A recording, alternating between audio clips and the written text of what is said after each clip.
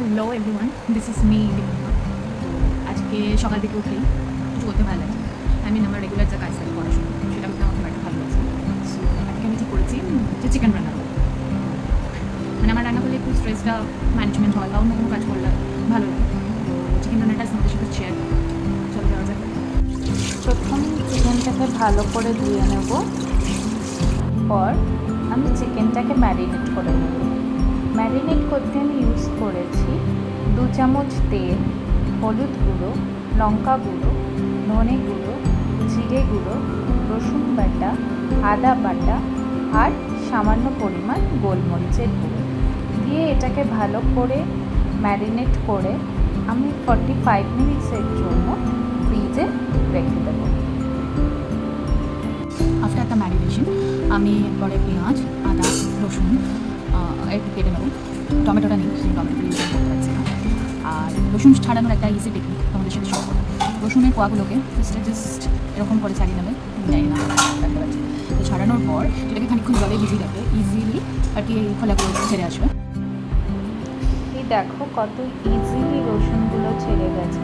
দেন আমি একটু পেঁয়াজ, আদা, রসুন কাট করে নিয়ে সেটাকে তেলে আর কি ভাজতে বসিয়ে দিয়েছি। দিয়ে কিছুক্ষণ ভাজা ভাজা হয়ে গিয়ে তেল ছেড়ে দেওয়ার পর আমি মাংসটাকে অ্যাড করব। কালার চেঞ্জ হওয়া অবধি আমি একটু অপেক্ষা করব।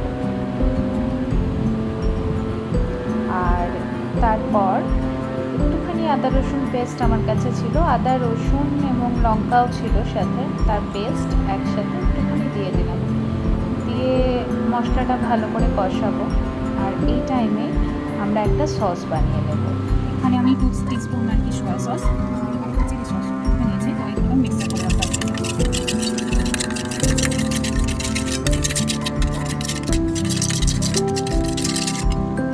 কাটলাটাকে ভুলে গেছি আমি, তাই অন্যদিন কাটলা গেছি, কাটলা চিকেনটা জাস্ট দিয়েছি তেলটা ছেড়ে আসার পর। নাও আই এম অ্যাডিং যে সসটা আমি বানাবো সেই সস,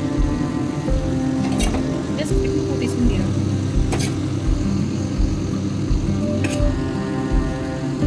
আর একটুখানি রেখে দেবো, আমি পরে অ্যাড করবো। সসটা দেওয়ার পর আমি 5 থেকে 10 মিনিট ঢাকা দিয়েছিলাম। তো ঢাকা খোলার পর আমি লেফট ওভার যে সসটা ছিল সেটা ইউজ করেছি। তারপরে আজিনা মটর আর মিট মশলা অ্যাড করেছি।